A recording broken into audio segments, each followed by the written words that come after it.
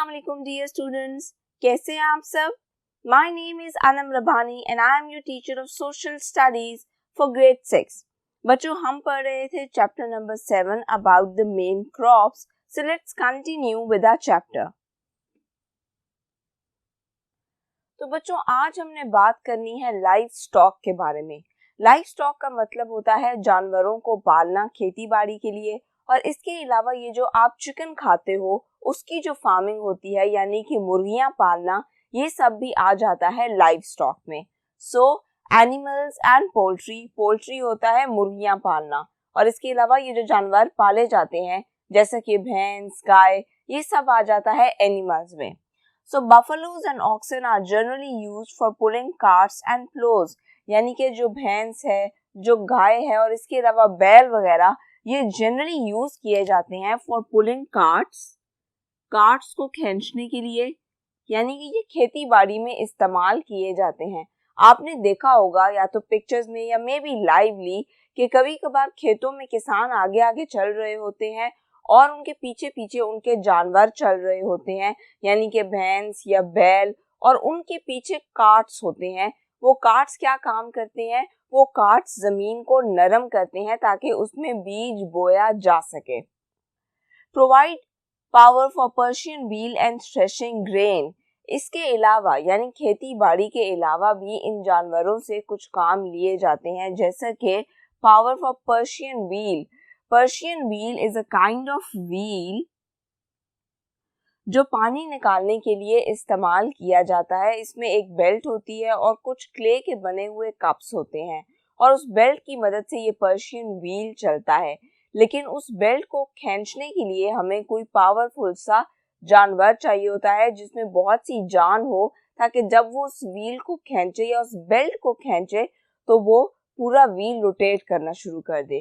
तो ये जो जानवर होते हैं जो हम खेती बाड़ी के लिए इस्तेमाल करते हैं, ये पर्शियन व्हील को खींचने का काम भी करते हैं। एंड थ्रेशिंग ग्रेन, थ्रेश कहते हैं हम किसी चीज को क्रश करने को। सो ये मुख्तलिफ दानों को, ग्रेन हम दाने को कहते हैं, तो कोई भी ऐसी फसल जो दानेदार हो जैसे गंदम हो गई, तो इसको थ्रेश करने के लिए, इसको क्रश करने के लिए भी ये जानवर इस्तेमाल किए जाते हैं। Source of meat and milk, leather and wool. इसके अलावा ये किस चीज के सोर्स होते हैं? Meat and milk. आपको ये तो पता ही होगा कि हम इनका गोश्त खाते हैं, इन जानवरों को ज़बह किया जाता है और फिर हम इनका गोश्त कंज्यूम करते हैं। इसके अलावा इन जानवरों से हमें दूध भी मिलता है। लेदर एंड वूल, इसके अलावा इनकी जो खाल होती है वो लेदर बनाने के लिए यूज की जाती है। अब लेदर तो बहुत सी जगहों पे यूज किया जाता है, जैसे कि जूते बनाने में यूज किया जाता है, लेदर बैग्स होते हैं। एंड वूल, और वूल यूज की जाती है कपड़ों में, जैसा कि आप देखते हो डिफरेंट कारपेट्स होते हैं, आप मोटे कपड़े पहनते हो सर्दियों में, तो इन सब में यूज की जाती है वूल। तो इन जानवरों के बहुत से फवायद हैं। आप इनसे मीट एंड मिल्क लेते हो, लेदर एंड वूल लेते हो। इसके अलावा ये खेतों में इस्तेमाल किए जाते हैं। खेती बाड़ी के अलावा भी ये बहुत से कामों में आपकी हेल्प करते हैं। बहुत से लोग इनको शॉर्ट डिस्टेंसेस ट्रेवल करने के लिए भी यूज करते हैं। Camels are widely used in Sindh and the adjoining areas of Balochistan for transport. और हम सिर्फ गाय, बैल या भैंसे यही जानवर इस्तेमाल नहीं करते, बल्कि कैमल्स यानी कि ऊंट भी यूज किए जाते हैं in Sindh and the adjoining areas of Balochistan for transport as transport, यानी कि mode of transport, mode of conveyance. Camels को शिप ऑफ द डेजर्ट भी कहा जाता है, क्योंकि अगर आप कभी किसी ऊंट को गौर से देखो तो वो बने हुए ही इस तरह के होते हैं कि उन पर आप सहरा में सफर कर सकते हो। उनकी पलकें लंबी लंबी होती हैं ताकि जो मिट्टी है वो उनकी आंखों में ना जाए। इसके अलावा उनके पीछे एक हम्प बना हुआ होता है। वो हम्प इसलिए होता है क्योंकि वो ज्यादा देर के लिए एनर्जी स्टोर कर सकता है। Then they can store water for a very very long time, क्योंकि सहरा में पानी आपको बहुत कम मिलता है, इसलिए कैमल्स की ये कैपेबिलिटी होती है कि वो एक दफ़ा पानी पीने के बाद बहुत देर के लिए वो पानी अपने अंदर स्टोर कर सकते हैं। इसके अलावा आप उनके अगर पाँव देखो तो उनकी टांगें तो बहुत ही पतली होती हैं, लेकिन उनके पाँव पैडेड होते हैं, बड़े बड़े होते हैं। उसकी वजह ये होती है कि सहराओं में होती है बहुत ज़्यादा मिट्टी, जिस पर चलना मुश्किल होता है। लेकिन अल्लाह की तरफ से कैमल्स के पाँव इस तरह के बनाए जाते हैं कि वो उस मिट्टी पर चल पाते हैं। इसीलिए कैमल्स को शिप ऑफ द डेजर्ट भी कहा जाता है। कैमल्स की भी स्किन यूज की जाती है फॉर लेदर, और उनका गोश्त भी लोग शौक से खाते हैं। Livestock farming is a bigger occupation in bigger countries. अब जो मुख्तलिफ ममालिक हैं उनमें लाइव स्टॉक का काम यानी कि जानवरों को पालना, उनको खेती बाड़ी में इस्तेमाल करना, this is a proper occupation. और जितना बड़ा मुल्क होता है उतनी ज़्यादा ही लाइव स्टॉक फार्मिंग की जाती है। अगर हम इंडिया की बात करें लाइव स्टॉक फार्मिंग के मामले में, majority are vegetarians, so livestock is used mainly for dairy products. अब इंडिया में कुछ लोग ऐसे भी हैं जो कि गोश्त नहीं खाते, कुछ नहीं बल्कि बहुत से लोग, दे आर टोटली वेजिटेरियन। वो सिर्फ सब्जियां खाते हैं क्योंकि वहाँ पे गाय का गोश्त खाना गलत समझा जाता है, ये उनके रिलीजन का हिस्सा है।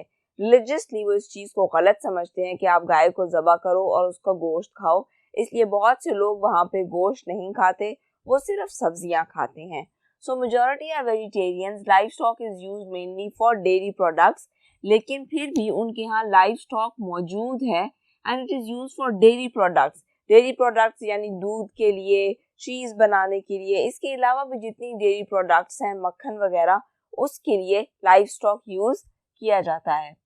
Cooperative dairy farming.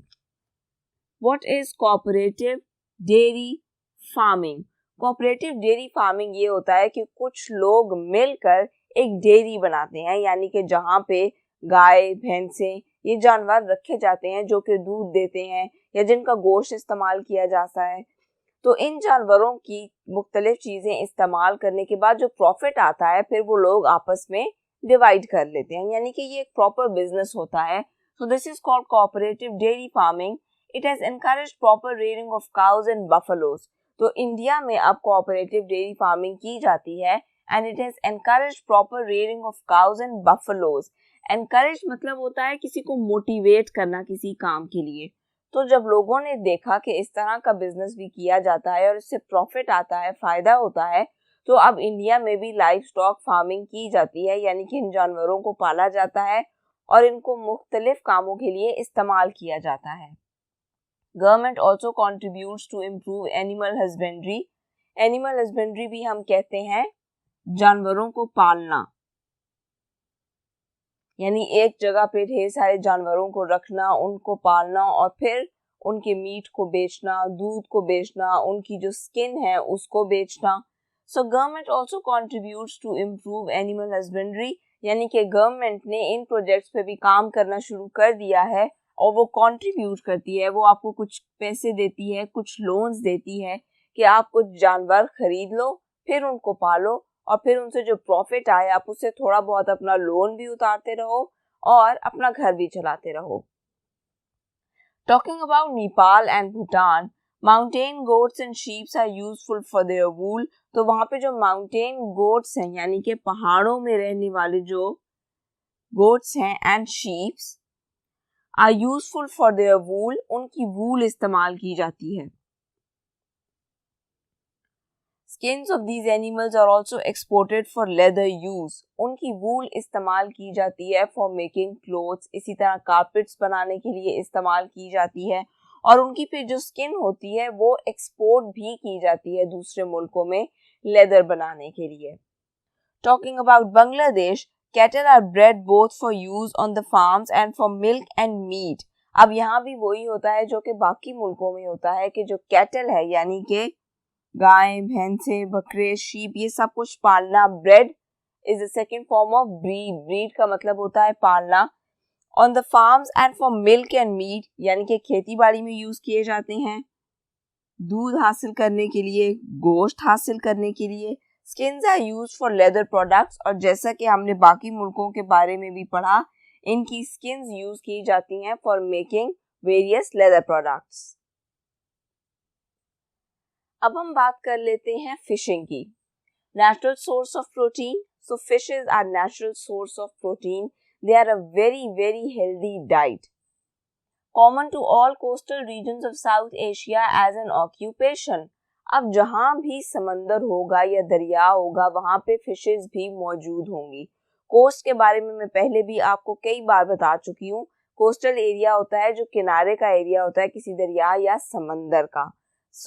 वो आपको बता रहा है that fishing is common to all coastal regions of South Asia as an occupation, कि साउथ एशिया में जितने भी ऐसे ममालिक हैं जिनके कोस्टल रीजन्स हैं यानी जिनके साथ कोई दरिया या समंदर लग रहा है, वहाँ पे fishing is a popular occupation, is a popular work, यानी कि बहुत से लोग फिर वहाँ पे फिशिंग करते हैं, मछलियाँ पकड़ते हैं और ये उनकी प्रॉपर जॉब होती है, मछलियाँ पकड़ना, उनको बेचना। इसके अलावा मछलियों का जो ऑयल होता है वो भी बहुत ज़्यादा फेमस होता है और बहुत एक्सपेंसिव भी होता है, क्योंकि उनकी प्रॉपर टैबलेट्स बनाई जाती हैं, प्रॉपर कैप्सूल्स बनाए जाते हैं, क्योंकि उनमें बहुत ज़्यादा एनर्जी होती है।